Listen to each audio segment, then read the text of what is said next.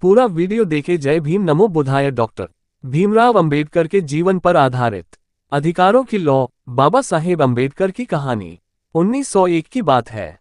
एक छोटा सा गांव महू, जो अब मध्य प्रदेश में है, वहां एक महार जाति के बच्चे का जन्म हुआ। उसका नाम रखा गया भीमराव।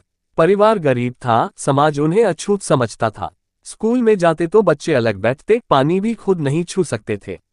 लेकिन भीमराव की आंखों में अलग ही चमक थी, ज्ञान की भूख और अन्याय के खिलाफ आग। उनके पिता सेना में थे और शिक्षा के महत्व को समझते थे।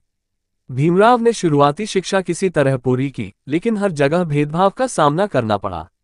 एक बार तो उन्हें स्कूल में जमीन पर बैठकर पढ़ना पड़ा, क्योंकि उन्हें नीची जाति का माना जाता था।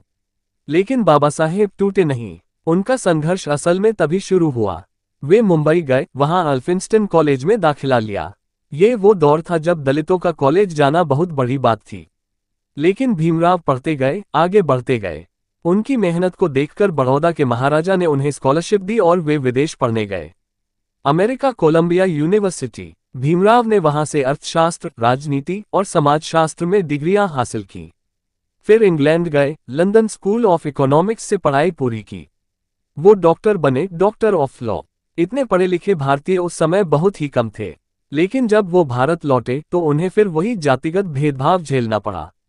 बाबा साहेब को समझ में आ गया था कि शिक्षा ही नहीं, अधिकारों की लड़ाई भी जरूरी है। उन्होंने काम करना शुरू किया, दलितों के लिए, महिलाओं के लिए, शोषितों के लिए। उन्होंने कहा, शिक्षित बनो, संगठित रहो और संघर्ष करो। उन्होंने बहिष्कृत भारत, मूक नायक जैसे अखबार शुरू किए। मंदिर प्रवेश आंदोलन चलाया। वे नहीं चाहते थे कि कोई भी व्यक्ति सिर्फ जन्म के कारण खुद को नीचा समझे। उन्होंने लोगों को हक दिलाने के लिए कानून, संविधान और आंदोलन का रास्ता चुना। और फिर 1947 आया। देश आजाद हुआ। पंडित नेहरू ने बाबा साहेब को भारत का पहला कानून मंत्री बनाया। उनसे कहा गया, डॉक्टर अंबेडकर, भारत का संविधान आपको बनाना है।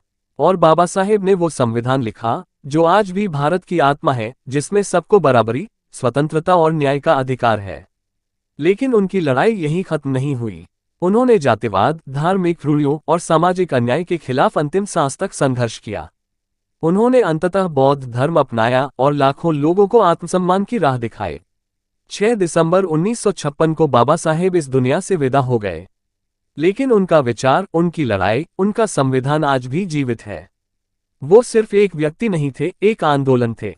बाबा साहेब ने साबित किया कि ज्ञान, हिम्मत और न्याय की ताकत से कोई भी इतिहास बदल सकता है। जय भीम नमो बुद्धाय।